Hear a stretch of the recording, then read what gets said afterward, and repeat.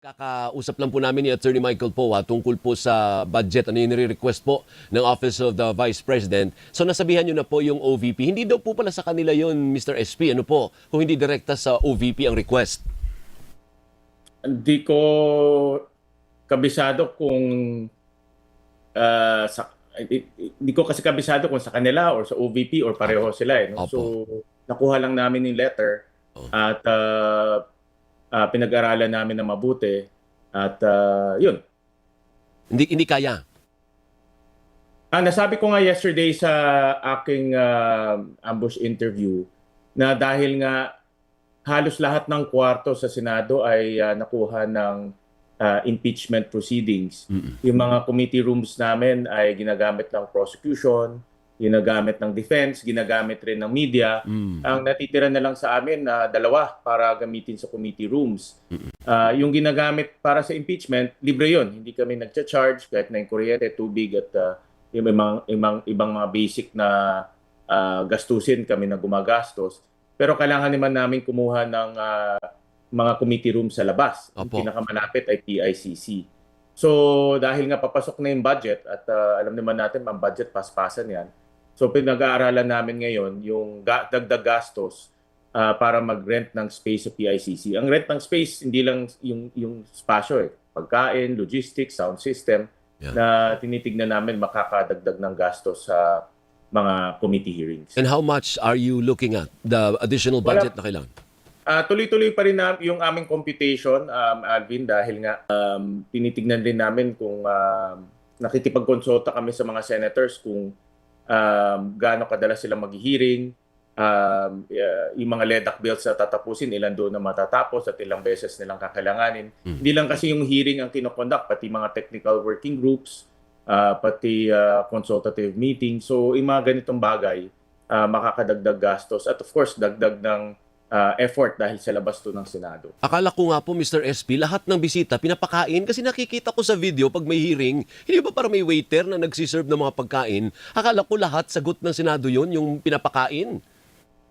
Alvin, iba ang hearing, iba ang impeachment. Sa hearing talagang pinapakain natin kasi ang hearing working lunch Okay. So hindi from kagaya kahapon, nag-attend ako ng dalawang hearing, from 10 o'clock a.m. natatapos normally 2 p.m. na. So para hindi masayang oras, hindi na nagbe-break. Tuloy-tuloy na habang nag-hearing, kumakain yung mga resource person. Yun, sagot ng Senate yun.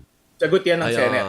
Pagdating sa impeachment kasi, itong impeachment, wala namang lunch. Nag-uumpisa kami ng 2 p.m. Natatapos kami normally before dinner, mga around 6 to 6:30. So wala naman talagang pakain. At bawal rin kumain sa loob ng courtroom. Just like sa ibang mga courtroom, hindi ka rin naman pwedeng kumain. Binibigyan lang ng coffee and water. Ayun. So ganun pala yun. Basta hindi kaya ng budget. At least naging honest po kayo. Pag hindi kaya, hindi kaya. Hasali ang reaksyon ng mga netizens sa social media, negative din po na hindi naman pwede nasagutin pa ng Senado at kayo pang pipili ng caterer kasi may bidding yan. Hindi ho ba, Mr. Senate President? Well, kung ihambing natin to sa parehong, let's say sa court, sa Supreme Court o sa ibang mga court, hindi naman pinapakain yung mga abogado at testigo ng korte. So kung i-compare natin doon, the same principle applies. But in this case kasi, marami kaming mga activities sa Senado this next 4 to 5 months para matapos yung trabaho. Okay, sige, let's move on. So na po sa Monday, ano expectations ninyo, Mr. Senate President? Ano ang mga nakikita ninyong ibibida at ano nakikita ninyong hihingin sa inyo ng Pangulo? Alvin, ang pinakamalaki nating problema ngayon ay ang ating ekonomiya. Actually, before nag-interview tayo, binabasa ko lang ngayong economic report ng team. At ang ating economy ay bumagal. Ito na pinakamabagal natin after 9 years. So, ang ibig sabihin, pag bumagal ang ekonomiya natin, babagal rin yung pagbaba ng mga mahihirap sa ating bansa. Yung poverty rate natin, pwedeng dumami ang unemployment, yung mga mawawalan ng trabaho at yung employment opportunities din ay mababawasan. Ibig sabihin yung bagong trabaho mababawasan. So ito ang nakikita ko isa sa pinakamalaking problema natin na dapat marinig natin sa ating Pangulo kung ano ang magiging mga interventions o mga solutions na pwedeng gamitin in the next 4 to 5 months. Isa pang problema natin ay yung inflation, mataas ang presyo ng bilihin. Kahapon nga sa hearing na isa sa mga pinag-usapan namin, yung presyo ng kuryente, napakataas. Since 2025, tumataas na yung presyo ng kuryente at yan ay dapat nating mabigyan ng solusyon. Kayo ho ba ay satisfied din sa performance ng administrasyon sa una? Kasi 4 na taon, parang napakabilis. Ganun-ganun lang po. 4 years na pala sila, 2 years to go na lang. Ang bilis. Ano po, satisfied naman kayo sa performance so far? Alvin, ayoko i-oversimplify yung sagot, no, dahil komplikado yung problema natin. Ang tinitingnan ko dito yung responde ng gobyerno at paano makatulong rin ang Senado sa pagre-responde. Hindi naman mahirap rin magturuan, executive, legislative, dahil dapat kami magtulungan. At yan din isa sa mga gagawin ng Senado ay tutukan yung problema natin sa pagbagal ng ating ekonomiya at yung mga natitirang panukalang batas para makatulong sa ating mga kababayan. Bigyan kita ng halimbawa. Yesterday nga, pinag-usapan namin yung charter ng ERC na isa sa mga solusyon para bumaba ang presyo ng kuryente. Meron ring batas na pinag-uusapan yung Philippine Geriatric Hospital para sa mga senior citizen natin for healthcare. So yung mga ganitong solusyon na pinag-uusapan sa Senado ay bibigyan namin ng prioridad. Opo, ay napanood ko po yung parte ng hearing ninyo kahapon at nabanggit nyo nga po yung isang aspeto doon bukod sa kasi galit na si Chairman Erwin Tulfo eh. Ang tawag nga inutil. Ginamit niya yung salitang inutil because of the frustration. Ano po? Pero yung sa inyo, nakita ko yung punto na pag nanalo sa kontrata, ang nilalagay na presyo, halimbawa 7 piso. Pero pagdating sa singilan, doble na yung sinisingil sa atin. Ang tanong, Correct. Mr. Senate President, what can we do about it? Ganun na pong ginagawa sa atin in the last years, in the last months. Tama ka, Alvin. I'm sure kabisado mo ito. Energy sector, isa sa mga expertise mo. Yan ay isang bagay na ako personally, inaabuso ng mga generator companies at mga pribadong korporasyon, lalo na pag tumataas ang presyo.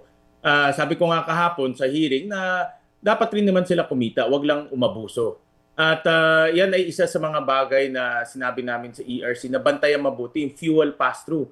Kasi mananalo nga sila, mababa yung presyo, pero bibigyan naman natin sila ng otoridad na pag tumaas yung presyo, ipasa sa atin. So yan rin naman ang nakita naming kahinaan ng ERC. Kaya isa sa mga tinitignan namin kung paano dagdagan yung kanilang kapangyarihan para maparusahan yung mga generators na napakataas yung ipinapasa sa atin. Almost 60% ng bill natin ay generation eh. Kaya kung tumaas ang generation, tataas talaga yung electricity bill natin. So with the hearing yesterday, may nakikita ka bang pag-asa na bababa naman ang singil natin sa kuryente? Alam mo, pag may tatanong ka sa netizens, yan ang bukang bibig. Lahat nagre-reklamo sa mataas na singil sa kuryente. Kaya tanong ko sa inyo, Mr. SP, may nakikita ka bang pag-asa na bababa naman after that hearing o wala talaga? Kumaga captured tayo ng Alvin, mataas na generation. Nakita ko nga ang problema natin, tumaas ang presyo ng mga pang-araw-araw nating gastusin tulad ng transportasyon, tulad ng gasolina at crudo, at ngayon, kuryente. At merong solusyon dyan. Una, temporarily, sabi ko nga sa ERC, i-staggered yung pagtaas.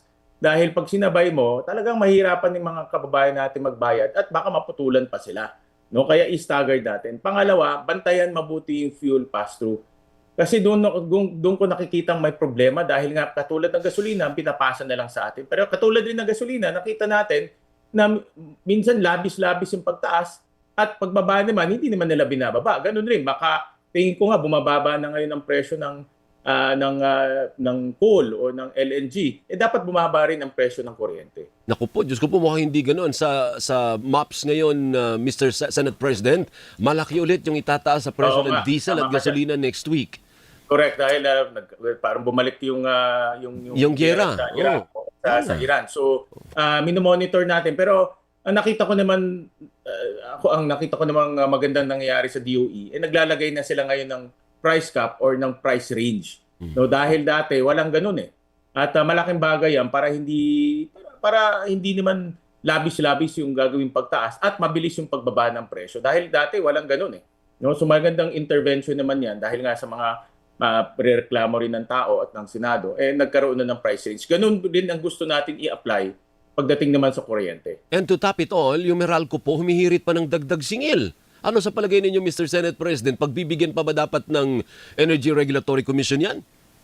Pag ako tatanungin, Alvin, hindi maganda ang timing ngayon kasi kagaya ng sinabi mo, kakataas lang ng presyo ng crudo. Pag isasabay natin ang presyo ng kuryente, napakahirap talaga. Yung pera ng taong bayan, halos lahat pumupunta nilang sa crudo, pamasahe at pangbayad ng kuryente. Paano pa yung pang tuition fee? Paano pa yung pang ibang gastusin? So, hindi pwedeng isabay ng ERC yung pagtaas ng kuryente sa mga ganitong panahon. Dapat bantayan mabuti at sabi ko nga, i-staggered na muna at wag mo nang singilin. Kasi marami rin sinisingil na pwede pang isuspend. No? For example, nga, fit all na madalas i-suspend yan. Kailang isuspend na muna ito.